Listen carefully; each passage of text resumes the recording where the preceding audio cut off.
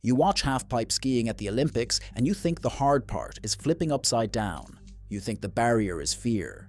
You think someone who can do a backflip off a jump could probably work their way into that pipe with enough practice.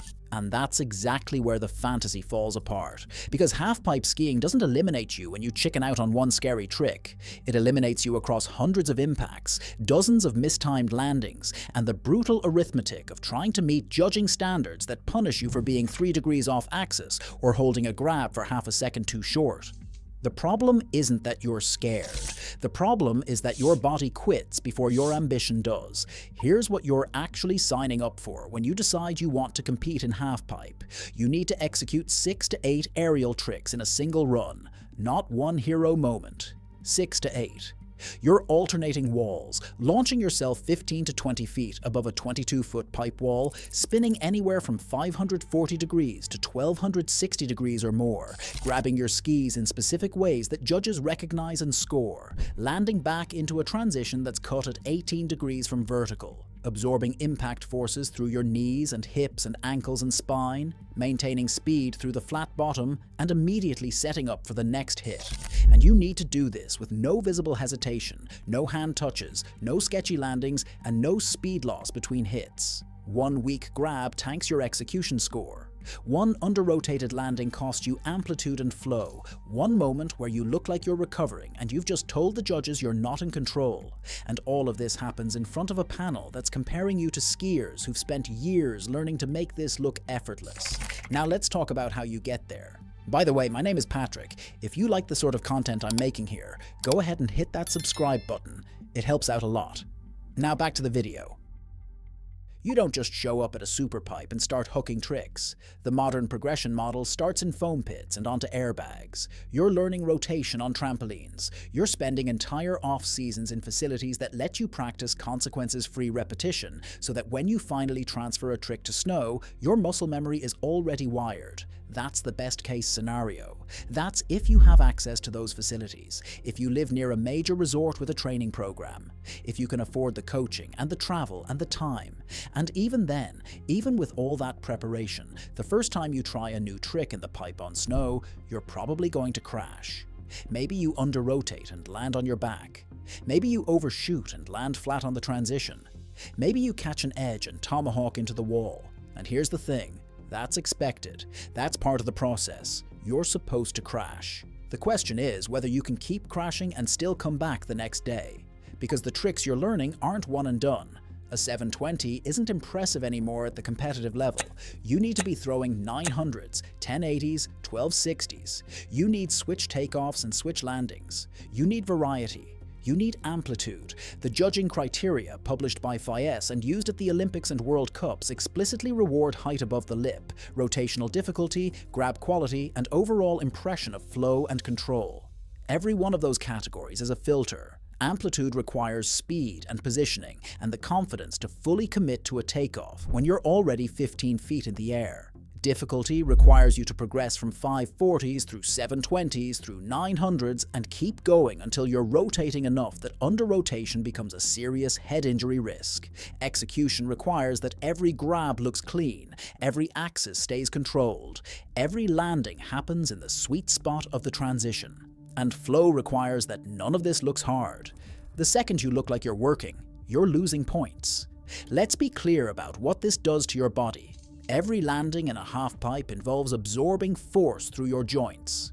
If you land in the transition correctly, matching the angle of the wall, your momentum carries through and the force is distributed. If you land flat, even slightly flat, your knees and hips take the full vertical impact. Imagine jumping off a 2-story building and landing stiff-legged. Now imagine doing that a dozen times in a practice session. Now imagine doing that 3 or 4 days a week for an entire season. Now imagine doing that for multiple seasons while you're progressing from basic airs to competition-level rotations. The athletes who make it to the Olympics aren't just the ones who can do the tricks. They're the ones whose bodies can withstand the repetition. They're the ones who can take a flat landing on a 1080 attempt, feel their knees compress, get up, hike back to the top, and do it again, and again, and again. And here's the quiet part. Most skiers can't. Not because they're weak or scared, but because cumulative impact is a non-negotiable physical reality. You can be strong, you can be flexible, you can have great technique, and your joints will still degrade under repeated compression. Knees, hips, ankles, lower back, these are the parts that fail first. Maybe it's a single acute injury, a torn ACL, or a fractured ankle. Maybe it's chronic pain that never quite becomes an injury but makes every session hurt a little more. Maybe it's just that your body stops recovering as fast as you're breaking it down, and the whole time you're not even at the competition level yet. You're still in the progression phase, you're still learning. The athletes you see on TV have already survived this filter. They're the ones whose bodies said yes when everyone else has said no. Now add the fact that the infrastructure for this is disappearing. Super pipes are insanely expensive to build and maintain. You need a specialized machine called a pipe dragon, or equivalent. You need daily grooming to keep the walls consistent. You need snow conditions that cooperate. You need liability insurance and staff and safety protocols. A lot of resorts have just said forget it. The cost doesn't justify the return. So the number of places where you can actually train on a competition-grade pipe has been shrinking for years. Breckenridge, Copper Mountain, Mammoth, Park City. These are names that come up over and over because there aren't that many options left. If you're a kid in the Midwest or the East Coast or anywhere that's not within driving distance of a major Western resort, your odds of accessing a real super pipe are nearly zero. And even if you live close, access is often restricted. Team athletes get priority. Coached sessions block off hours. The pipe isn't just sitting there open for anyone who wants to session it. You're fighting for time and space and the chance to take another run before conditions deteriorate or your session ends. The judging system makes all of this worse. Because it's not enough to land the trick, you need to land it with amplitude. You need to land it clean. You need to land it as part of a run where every other hit is also clean. Let's say you're trying to put together a competitive run. You need 6 hits minimum. Ideally 7 or 8. Each one needs to be different enough that you're showing variety. Each one needs to be difficult enough that you're competitive on the progression scale. Each one needs to be high enough that your amplitude score doesn't tank. And each one needs to be executed so well that you're not losing points on grabs or landings or axis control. Miss one grab, lose a few points. Touch your hand down on one landing, lose a few more. Come out of one hit without enough speed for the next. Flow score drops. The system punishes inconsistency, and it punishes mistakes, and it punishes anything that looks like you're not fully in control. So it's not enough to be able to do a 1260.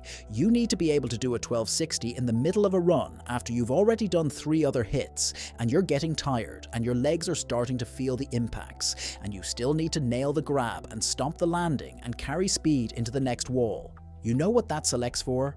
It selects for athletes who can perform under cumulative fatigue. It selects for people who can take a hit, absorb the impact, and immediately reset for the next one without their technique degrading.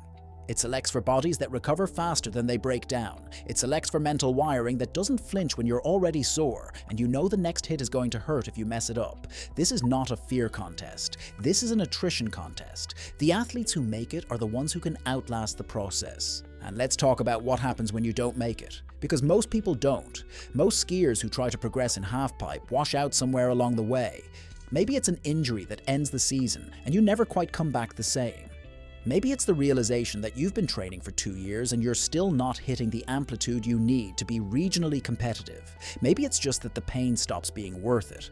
There's no dramatic failure moment. There's no single crash that ends your career. You just slowly realize that the gap between where you are and where you need to be is wider than your body's willingness to keep closing it. And the thing is, that's rational.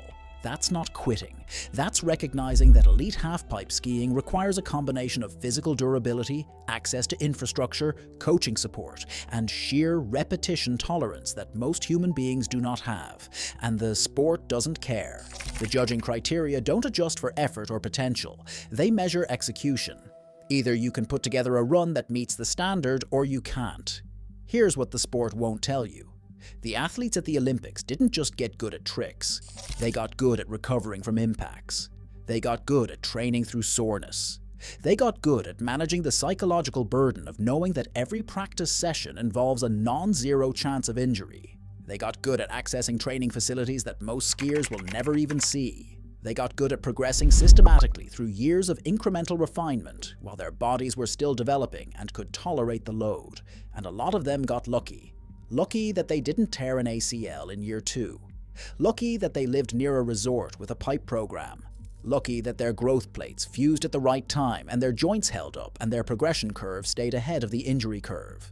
Luck is not the whole story, but it's part of the story, and no one wants to admit that because it complicates the narrative of pure meritocracy. The Olympics added halfpipe skiing in 2014 at Sochi. X Games has been running it since 2002. The sport is barely 20 years old in its modern competitive form, and it's already cannibalizing its own development pipeline. Fewer pipes mean fewer athletes progressing. Fewer athletes progressing mean less depth in competition.